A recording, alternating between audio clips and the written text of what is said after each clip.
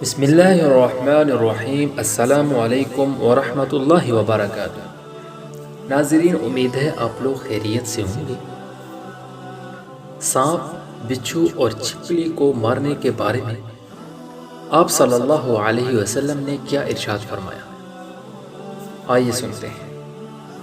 ایک مرتبہ حضرت عبداللہ بن مسعود رضی اللہ تعالی عنہ خطبہ دے رہے تھے کہ دیوار پر چلتا ہوا ایک سانپ نظر آیا۔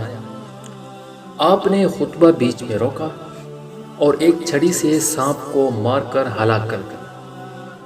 پھر فرمایا کہ میں نے آپ صلی اللہ علیہ وسلم کو یہ ارشاد فرماتے ہوئے سنا کہ جو شخص کسی سانپ یا بچھو کو ہلاک کرے تو اس کا یہ عمل ایسا ہے جیسے کوئی شخص اس مشرک کو قتل کرے جس کا خون حلال۔ چھپکلی کو مارنے کے بارے میں حضور پاک کا ارشاد۔